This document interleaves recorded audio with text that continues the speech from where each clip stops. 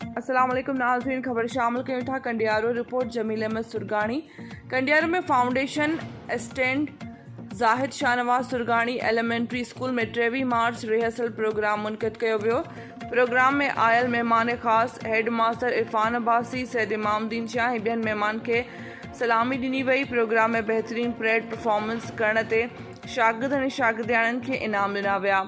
उन मौक़े ते महिमान ख़ास हेड मास्टर इरफान अब्बासी, सैयद इमामुद्दीन शाह, प्रिंसिपल काज़ी एज़ाज़ हुसैन सहतो, उस्तादनि समीन अली मगरियो, सैयद अब्दुल कादिर शाह ऐं बुढ़ल अब्बासी ख़िताब कंदे चयो त शागिर्दनि लाइ तइलीमी सरगर्मियुनि सां गॾोगॾु रांदियूं ऐं तफ़रीह जा प्रोग्राम बि ज़रूरी आहिनि। उन तरह सां शागिर्दनि ऐं शागिर्दियाणियुनि में महिनत जो जज़्बो वधे थो।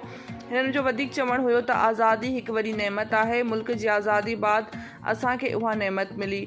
आज़ादी खां अॻु आज़ादी लाइ वॾियूं कोशिशूं वरितियूं वयूं।